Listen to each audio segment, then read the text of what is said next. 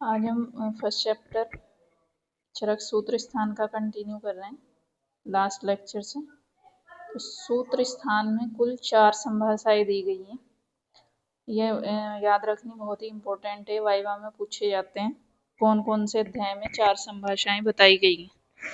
तो जो 4 संभाषाएं दी गई हैं वो हैं फर्स्ट चैप्टर, 12th चैप्टर, 25 और 26 में। तो जो आपका फर्स्ट चैप्टर है दीर्घम जीवितीय अध्याय, यहाँ पर पहली संभाषा दी गई है श्लोक नंबर 6-7 में। तो इस संभाषा में आपको ये ध्यान रखना बहुत ज़रूरी है कि इस संभाषा क्यों की गई और इसका स्थान क्या था।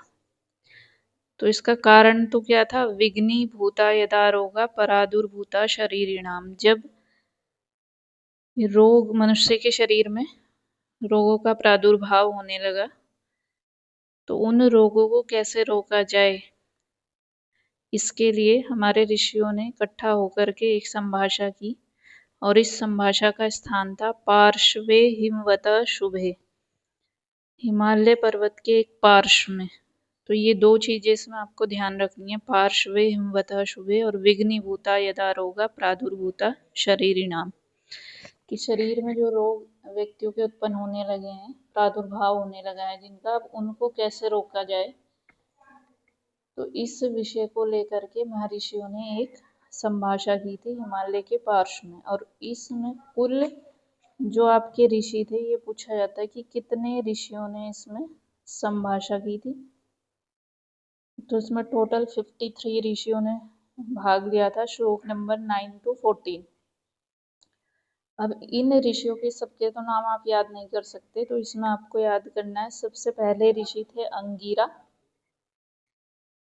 और दूसरे ऋषि थे, सबसे लास्ट थे बालखिल्या। तो यही पूछा जाता है कि सबसे पहले ऋषि का क्या नाम है और सबसे अंतिम ऋषि कौन है। अब आता है पुरुषार्थ चतुष्टय, जो आपका श्लोक नंबर 15 to 16 में दिया गया है। धर्म अर्थ काम मोक्षाणाम आरोग्यम मूलम उत्तमम। तो धर्म अर्थ काम मोक्ष क्या है, इसे पुरुषार्थ चतुष्टय कहा गया है। ये ही आरोग्य का मूल है।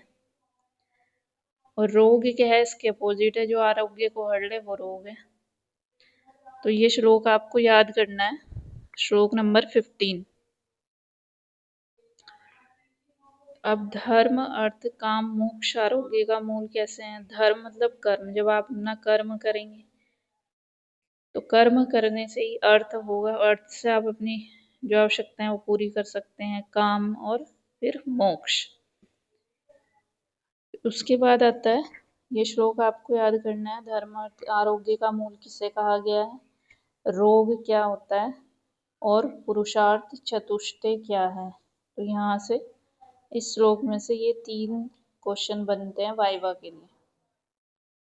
अब नेक्स्ट जो आपका बताया गया है श्लोक नंबर 24, इसमें आयुर्वेद के स्वरूप कहा गया। तो आयुर्वेद का स्वरूप जो बताया गया है वो शाश्वत और पुण्य कहा गया है।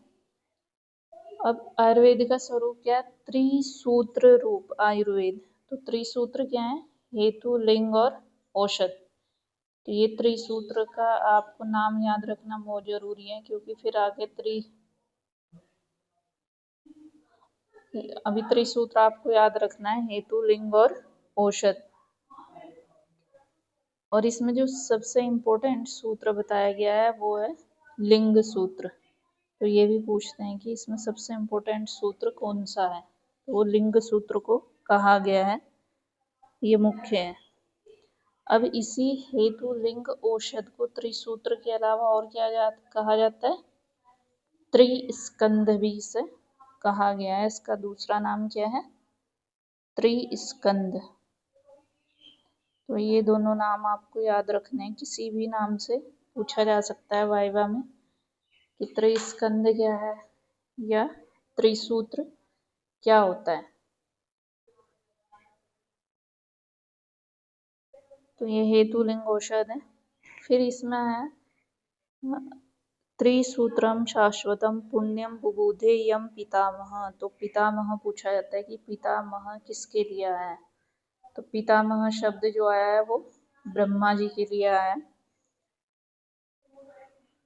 तो यहाँ पर आयुर्वेद को शाश्वत कहा गया है, पुण्य कहा गया है। ये दोनों शब्द आपको याद रखने हैं क्योंकि पूछे जाते हैं कि आयुर्वेद को कहाँ पर आचार्य चरक ने पुण्य शब्द दिया है, ठीक है। और शाश्वत आयुर्वेद को कहाँ पर बताया गया, त्रिस्कंद का वर्णन कहाँ गया है या फिर त्रिसूत्र का वर्णन किस अध्याय में आया है।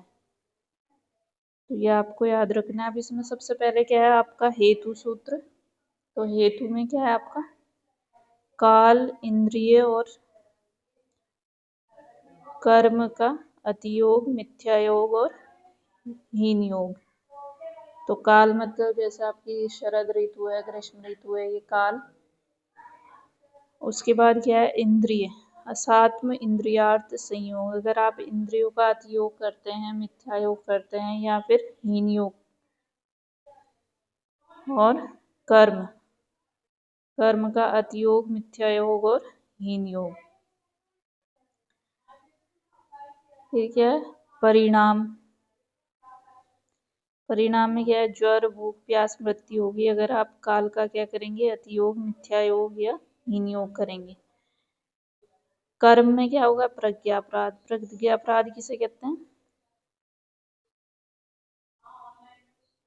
धी, धृति, स्मृति का जब विभ्रंश हो जाता है तो उसे हम क्या कहते हैं प्रज्ञापराध।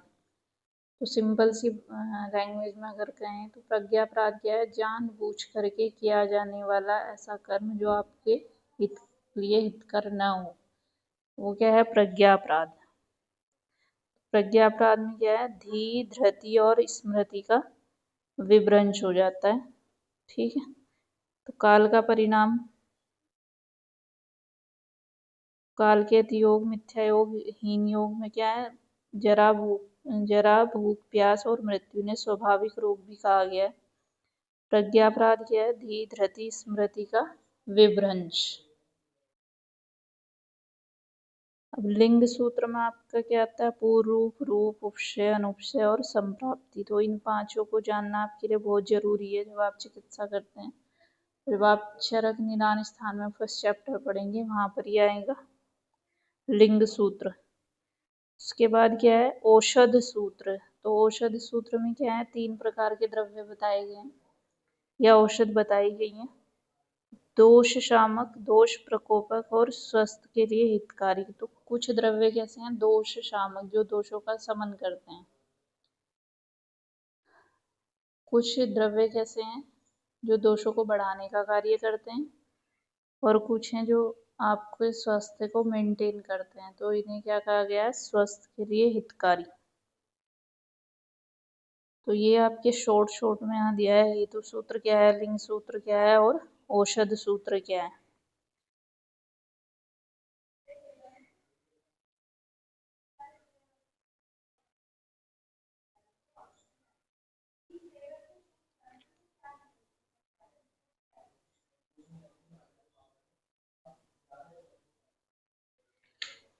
ये आपको शॉर्ट में ही याद रखना है क्योंकि बहुत इंपॉर्टेंट है। उसके बाद आता है आपका श्लोक नंबर 25। इसमें क्या कहा गया है सो अनंत पारम त्रिस्कंधम आयुर्वेदम महामति।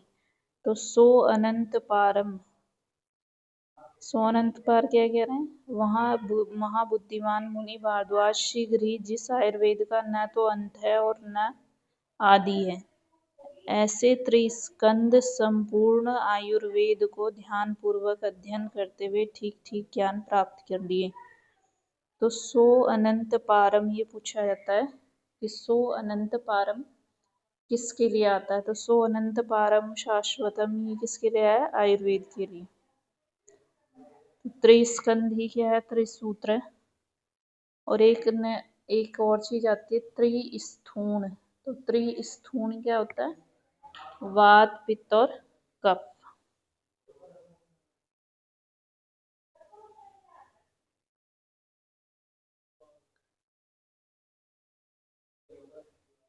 ये चीजें आपको ध्यान रखनी है।